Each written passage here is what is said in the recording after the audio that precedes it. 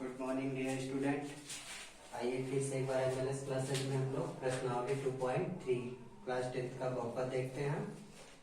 चलिए 2.3 में अभी 2.2 तक कंप्लीट कर दिए थे। 2.3 में क्या है, विभाजन एल्गोरिथ्म का प्रयोग करके निम्न में px से भाग देने पर भागफल तथा शेषफल ज्ञात कीजिए। हमारे पास 3 क्वेश्चन दिया हुआ है। पहला px इतना और qx इतना है। ये 3 क्वेश्चन दिया हुआ है। इसमें हमको px में इससे भाग देना है। भाग देने के बाद हमको भागफल तथा शेषफल बताना है। तो सबसे बड़ी बात आती है इसमें भागफल देने की प्रक्रिया, भाग कैसे दिया जाए। तो भाग देना आप लोग देखिए, हम एक क्वेश्चन में भाग दे रहे हैं, आप उसके आगे अपने से बाकी के क्वेश्चन करिएगा। आज हम आप लोग को सिखाएंगे भाग देना। लीजिए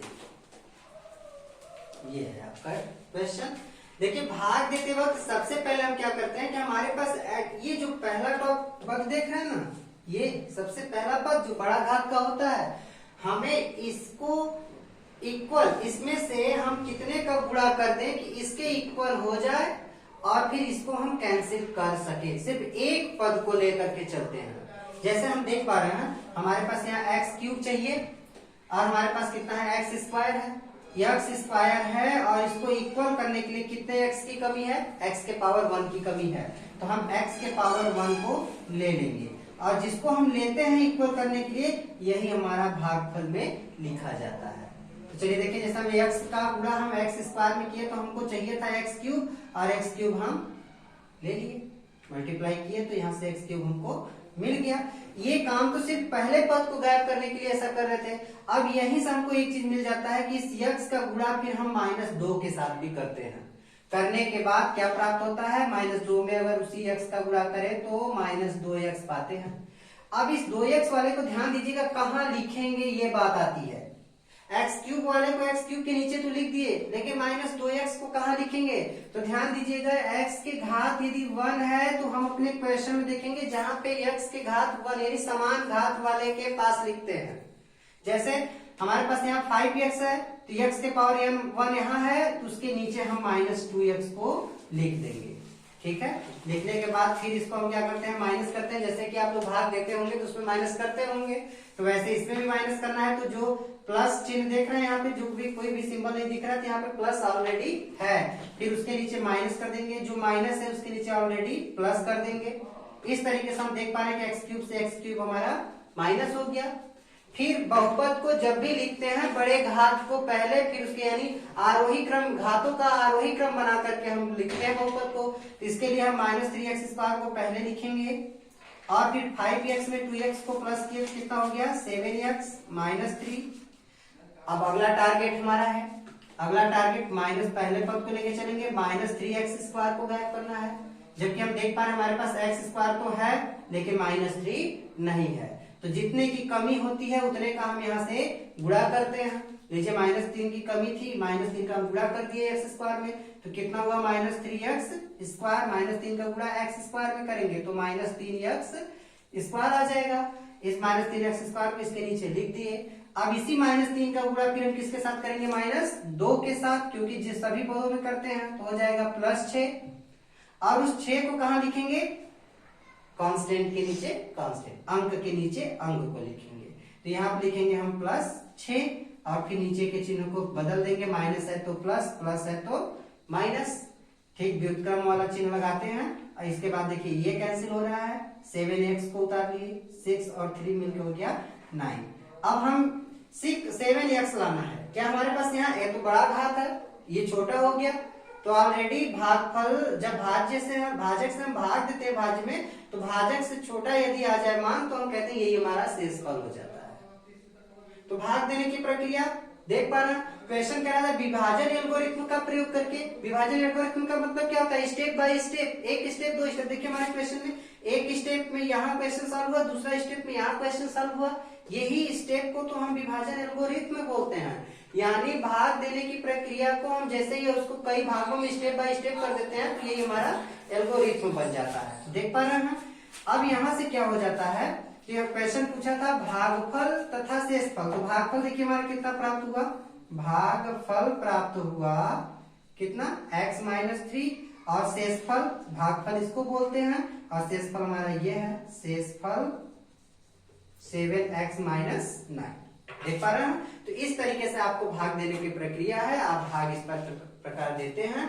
ध्यान दीजिए, हमको पहला पद गायब करना होता है। गायब करने के लिए हमारे पास जितना है, जितने की कमी होती है, उसको हम भागफल में से गुणा करके उसको हम प्राप्त कर लेते हैं। पहले वाले पद को यदि हम अपना टारगेट बना लेते हैं तो पीछे की संख्याएं अपने आप आने लगती हैं। तो ये इस तरीके से भाग आप लोग फिर दूसरा और तीसरा क्वेश्चन कर लेंगे। भाग देना बहुत ही आसान है। अब हम लोग आगे चलेंगे, नेक्स्ट दूसरे क्वेश्चन को देखेंगे। आइए दूसरा क्वेश्चन देखते हैं।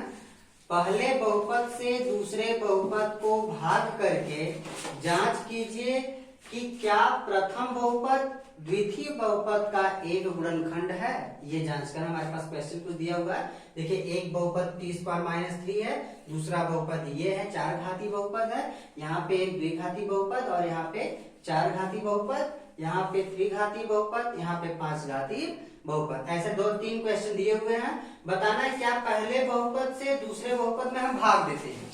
भाग देने के पश्चात क्या यह प्रथम बहुपद द्वितीय बहुपद का एक गुणनखंड है। देखिए, गुणनखंड कैसे हम जानते हैं कि वो उसका गुणनखंड है। जब हम पहले बहुपद का दूसरे बहुपद में भाग देते हैं, भाग देने के बाद यदि भाग देते जाते हैं और शेषफल हमारा 0 हो जाता है।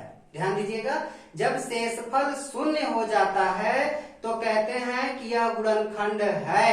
और यदि शेषफल बच जाए, कोई दूसरी संख्या हो बच जाती है, तो कहते हैं यह गुणनखंड पहला प्रथम बहुपद दूसरे बहुपद का गुणनखंड नहीं है। तो आप समझ गए टारगेट आपका क्या है कि जब हम भाग दें तो भाग पूरी तरीके से कट जाना चाहिए, यानी उसका शेषफल 0 हो जाना चाहिए।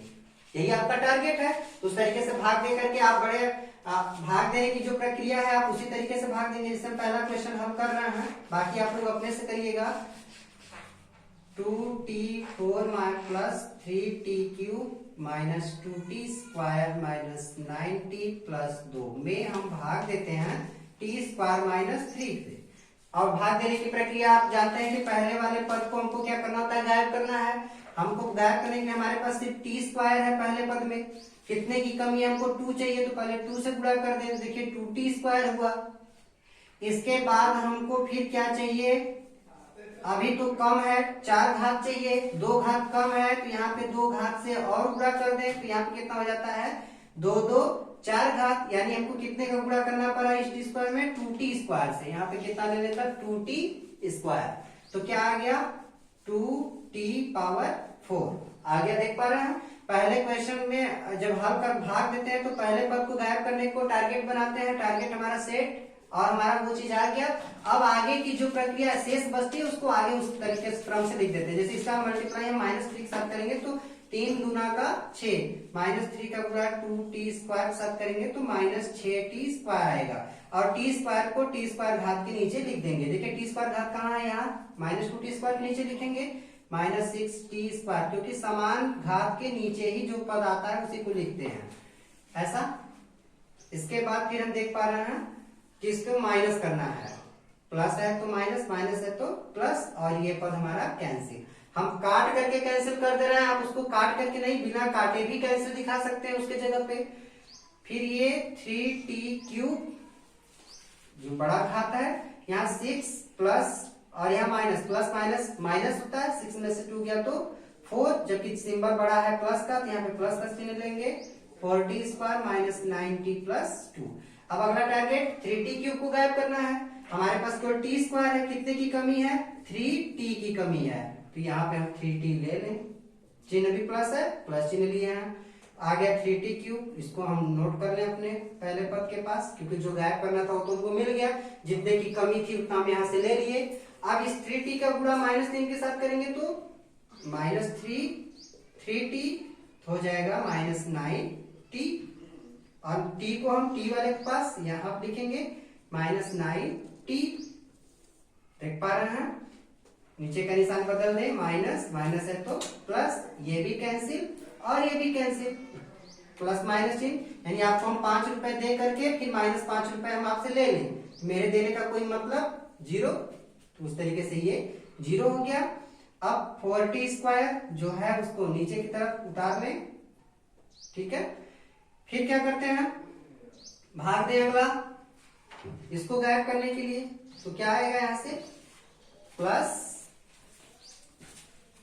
4 का गुणा कर दें, ठीक है, कितना हो जाएगा यहाँ पे 4t² प्लस माइनस माइनस 4 तिया 12, नीचे का निशान बदल दें क्या, सॉरी क्वेश्चन में हमारे पास यहाँ पे हमने +2 लिख दिया था, जबकि यहाँ पे -12 है। एक बार हम क्वेश्चन को सुधार लेते हैं। -12 देखिए हमारी जगह बना लिए हैं। अब आपका +4 से जब गुणा करें तो 40² प्लस माइनस -12, नीचे के निशान बदल दीजिए, प्लस है तो माइनस, माइनस है तो प्लस, और ये पूरा हमारा क्या हो गया 0। तो आप देख पा रहे हैं हमारा शेषफल क्या हो गया 0। शेषफल क्या है 0 है। तो कह देंगे अतः प्रथम बहुपद द्वितीय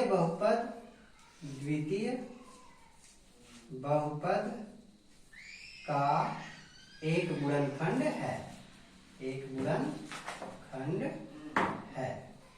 ठीक है। ये आप इस तरीके से और भी क्वेश्चन में लगाएंगे। जो क्वेश्चन दिया हुआ है इस क्वेश्चन में हम इसका भाग देते हैं। यदि शेषफल हमारा 0 हो गया तो प्रथम बहुपद द्वितीय बहुपद का एक गुणनखंड है। यदि शेषफल कुछ बच जाता है तो वह गुणनखंड नहीं है। इस तरह से आपके बाकी के जो क्वेश्चन है उसको लगाइएगा।